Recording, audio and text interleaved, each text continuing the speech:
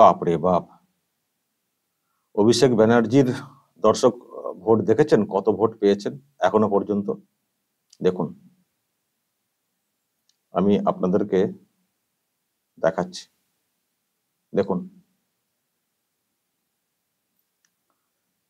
উনি ভোট পেয়েছেন এখনো পর্যন্ত, যতটা গণনা হয়েছে, 10,28,057। লিড দেখুন দর্শক, মানে কত এগিয়ে। এরপরে যিনি আছেন দেখুন পাশে, বিজেপির অভিজিৎ দাস, তার ভোট হচ্ছে 3,26,494। তো অভিষেক ব্যানার্জি বিজেপির থেকে কত লিড করেছেন দর্শক দেখুন এখনো পর্যন্ত। 7 লক্ষ প্লাস, 7 লক্ষ প্লাস। এখনো হয়তো বাকি রয়েছে কাউন্টিং, কিন্তু এর মধ্যেই উনি যে লিডটা করেছেন, এ তো সর্বকালীন একটা রেকর্ড। 7 লক্ষ প্লাস, মানে মার্জিন নিয়ে উনি জিতছেন এখনো পর্যন্ত। জানি না কোথায় গিয়ে ঠেকবে। একা ভোট পেয়েছেন 10 লক্ষ সামথিং, আর বিজেপির যিনি আর কি অভিজিৎ দাস, উনি 3 লক্ষ সামথিং, মানে 7 লক্ষ প্লাস লিড হয়ে গেছে। ওনাকে হারানো তো মুশকিল, কিন্তু যেটা বলতে চাইছি যে দেশের মধ্যে তো সর্বকালীন একটা রেকর্ড করে ফেলেছেন অভিষেক ব্যানার্জি।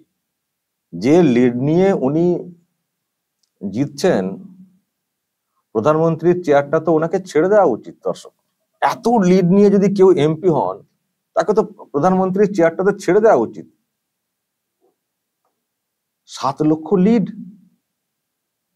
উনি নিজে বলছিলেন যে 4 লাখ, মানে 4 লাখের প্লাস ভোটে জিতবো বলেছিলেন। যেটা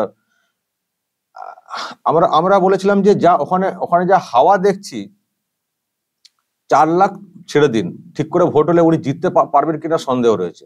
তো সেখানে এখনো পর্যন্ত দেখতে পাচ্ছি 7 লক্ষ প্লাস লিড হয়ে গেছে। 7 লাখ, সর্বকালীন একটা রেকর্ড। আর আমরা আরামবাগের মানুষ, আমাদের মনে আছে অনিল বসু, সিপিএম নেতা, এমপি হতেন, তিনি একবার ওরকম 6 লক্ষ না কত ভোটে জিতেছিলেন। সেটা নিয়ে অনেক আলোচনা হয়েছিল, অনেক আলোচনা সমালোচনা হয়েছিল যে কি করে এত ভোটে একজন মানুষ জিততে পারেন। এটা নিয়ে খুবই চর্চা হয়েছিল, আরামবাগ থেকে জেতা। তখনও ওই জেতার প্রসেস নিয়ে প্রশ্ন উঠেছিল, ভোট নিয়ে প্রশ্ন উঠেছিল। তো উনি তো দেখছি সব ছাড়িয়ে গেছেন, 7 লক্ষ প্লাস। আবার আপডেট হলো মনে হচ্ছে। তো যাই হোক, 7 লক্ষ প্লাস দেখতে পাচ্ছি এখনো আছেন আর কি উনি। আচ্ছা, আর দেখুন প্রতীকুর রহমান, দর্শক আমি জানি না আপনারা দেখতে পাচ্ছেন কিনা নাম্বারগুলো।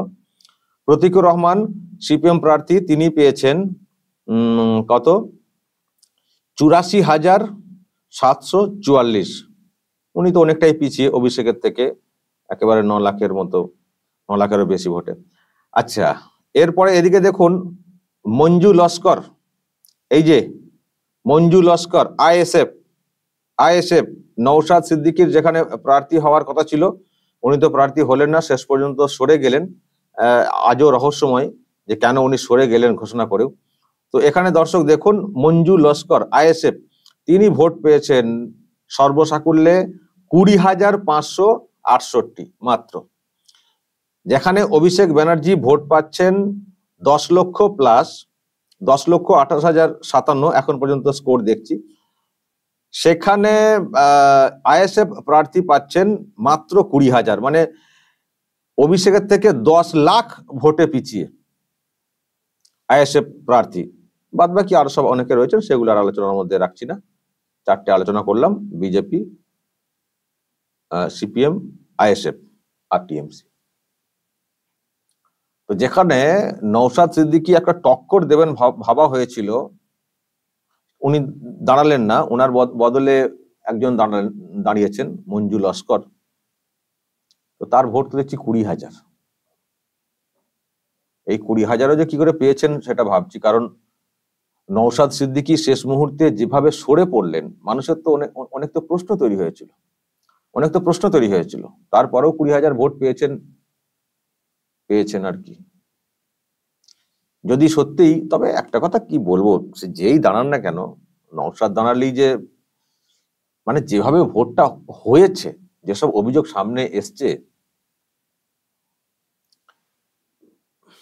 মানে বড় প্রার্থী দাঁড়ালেই যে তৃণমূল কংগ্রেসকে হারিয়ে দেবেন এতটা সহজ নয় বিষয়টা। তবে একটা কথা বলতে পারি, নওশাদ সিদ্দিকীর যা ওখানে স্ট্রেংথ ছিল, যা সব লোকজন দেখছিলাম, বা ওই রুখে দাঁড়ানোর যে ব্যাপারটা, যে শক্তিটা, সেটা যা দেখতাম, যদি ওই রুখে দাঁড়ানো যায় বুথে বুথে কাউন্টিং এ ইত্যাদি, একটু জেদ দরকার রুখে দাঁড়ানোর। তবে অনেকের প্রাণ চলে যেত, সেটাও বলতে হবে। অনেকের প্রাণ চলে যেত, অনেককে বন্দী হয়ে থাকতে হতো। অভিষেক তো সহজে তো ছেড়ে দিতেন না, লড়াইটা তো ছেড়ে দিতেন না। জানি না আজও রহস্যময় যে নওশাদ সিদ্দিকী কেন শেষ পর্যন্ত প্রার্থী হলেন না। কিন্তু প্রার্থী হলে, রুখে দাঁড়ানোর চেষ্টা হলে, একবার ভাবছি যে বলি লড়াইটা হতো, আবার ভাবছি যে 10 লাখ ভোটে যিনি লিড করেন, সেখানে আবার কে আছেন দাঁড়িয়ে ওনার লিডকে কমাবেন? একজন মানুষ এই 10 লাখ ভোটে না, 10 লাখ ভোট পেয়েছে 7 লাখ লিড, মানে একজন মানুষ যদি 7 লাখ ভোট লিড করেন, ওখানে কে আছেন, তার কি ক্ষমতা তিনি দেখাবেন যে ওটা কমিয়ে হারাবেন বা 1 লাখে নিয়ে আসবেন? কি শুধু, যাই হোক, নওশাদ দাঁড়ালেন না কেন সেটা নিয়ে একটা প্রশ্ন যেমন রয়েছে, দাঁড়ালেই বা কি হতো, আমি সেটাও ভাবছি। আর ওই তো প্রতীকুর রহমান ভোটটা পেয়েছেন, সেটা ওই রাগ থেকেও হয়তো অনেকে ভোট দেননি, যে নওশাদের দাঁড়ানোর কথা, উনি কেন দাঁড়ালেন না, ধুর, এরম জায়গাতে হয়তো ভোটটা কমেছে, কিন্তু যাই না। তো যাই হোক দর্শক, প্রশ্ন অনেক, মানে কি বলবো, নিজে খুঁজে পাচ্ছি না কোন যুক্তি দেখাবো, সব যুক্তির বাইরে চলে গেছে। যে রেজাল্ট হয়েছে, একটা যে যুক্তি দিয়ে যে কথা বলবো, সেই যুক্তি খুঁজে পাচ্ছি না, যুক্তির বাইরে চলে গেছে। একজন মানুষ ওখানে, যেখানে এত বিরোধী হওয়া, যেখানে আইএসএফ এর এত সমর্থক ছিলেন, যেখানে বামেরাও একটু শক্ত ঘাঁটি নতুন করে তৈরি করতে পেরেছিল, বিজেপির যেখানে একজন লড়াকু নেতা দাঁড়িয়েছিলেন, হ্যাঁ তিনি হয়তো শেষ মুহূর্তে অসহায় হয়ে পড়েছিলেন, দল তার পাশে ঠিক মতো করে দাঁড়ায়নি, কিন্তু বিরোধী হাওয়া ছিল, মানুষের মধ্যে একটা বিরাট বিরোধী হাওয়া কাজ করছিল তৃণমূল কংগ্রেসের প্রতি। তো সেখানে একজন মানুষ 7 লক্ষ ভোটে লিড করবেন, মানে এটা একটা বিরাট রহস্যময় ব্যাপার হচ্ছে না? 7 লক্ষ ভোটে লিড করবেন। একটা সময় এমন পরিস্থিতি তৈরি হয়েছিল, যেটা অনেকে মনে করেন এবং যারা পলিটিক্যাল এক্সপার্ট তারা মনে করেন, যে ডায়মন্ড হারবার অভিষেকের জন্য শক্ত হয়ে যাচ্ছিল বলে উনি হঠাৎ করে একটা প্রকল্প চালু করেন, যে যাদের বার্ধক্য ভাতা হয়নি তাদেরকে দল বার্ধক্য ভাতা দেবে, যতদিন না সরকার দিচ্ছে। তখন প্রশ্ন তৈরি হয়েছিল, যে যেখানে সরকার রয়েছে সেখানে দল কেন দেবে, অভিষেক ব্যানার্জি কেন দেবেন, তাহলে অন্যান্য কেন্দ্রে কেন দেওয়া হচ্ছে না? অন্যান্য কেন্দ্রে কি সবাই কি বার্ধক্য ভাতা পেয়ে গেছেন? তাহলে সেখানে দেওয়া হচ্ছে না, এই কেন্দ্রে কেন দেওয়া হচ্ছে? আবার ওখানে একটা কৌশল করা হয়, যে না, দল বলতে ওই রকম নয়, ওই কিছু শুভাকাঙ্ক্ষী, মানে সমাজসেবী, তারা এই টাকাগুলো এক জায়গাতে, মানে তারা কয়েকজনের দায়িত্ব নিচ্ছেন, তাদের মাধ্যমে সাহায্যটা করা হবে। কৌশল ছিল বিরাট, মানে ওই স্বেচ্ছাসেবী এরকম একটা সংখ্যা 16,000 না কত এরকম হয়েছিল, আর মোট 72,000কে দেওয়া হয়েছিল। এখনো দেওয়া হচ্ছে কিনা কে জানে। তো তখন প্রশ্ন তৈরি হয়েছিল, যে এই প্রকল্প এখানে চালু করার কারণটা কি? তাহলে কি অভিষেক মনে করছেন যে এটা শক্ত হয়ে যাচ্ছে আমার জন্য? আর এদিকে নওশাদ সিদ্দিকী ঘোষণা করে দিয়েছিলেন যে আমি ওখানে প্রার্থী হব, এবং সংখ্যালঘু অধ্যুষিত একটা এলাকা, ফলে নওশাদ দাঁড়ালে ভোট কেটে নিতে পারেন, তার আগে পরিবারগুলোকে ধরে রাখতে হবে। তো সেই জন্য কি এটা ঘুরিয়ে একটা প্রকল্প চালু করা হলো, এবং তারপর উনি কিন্তু বেশ সময় দিতে শুরু করলেন ডায়মন্ড হারবারে। কিন্তু যখনই দেখা গেল নওশাদ সিদ্দিকী সরে পড়লেন, বিজেপি প্রার্থী ঘোষণা করছিল না, তো উনি কার সঙ্গে লড়বেন সেটাই খুঁজে পাচ্ছিলেন না, ফলে উনি আর এলাকাতে প্রচারই করছিলেন না, গোটা রাজ্য জুড়ে ঘুরে বেড়ালেন। অনেক পরে একজন প্রার্থী ঘোষণা করলো বিজেপি, তাও তো ওই কেউ প্রচারে যাচ্ছিলেন না, কেউ যাননি, মোদী শাহ যাননি, পাশে গেছেন, ওখানে যাননি, রাজ্য নেতারাও সেই অর্থে খুব বেশি ওখানে সময় দেননি, একা একা হয়েছেন। ওনার ফিনান্সিয়াল, মানে যেটা শক্তি, সেটাও খুব একটা স্ট্রং মনে হয়নি, ফলে ওই আর কি লড়াইটা করেছেন। কিন্তু যাই হোক,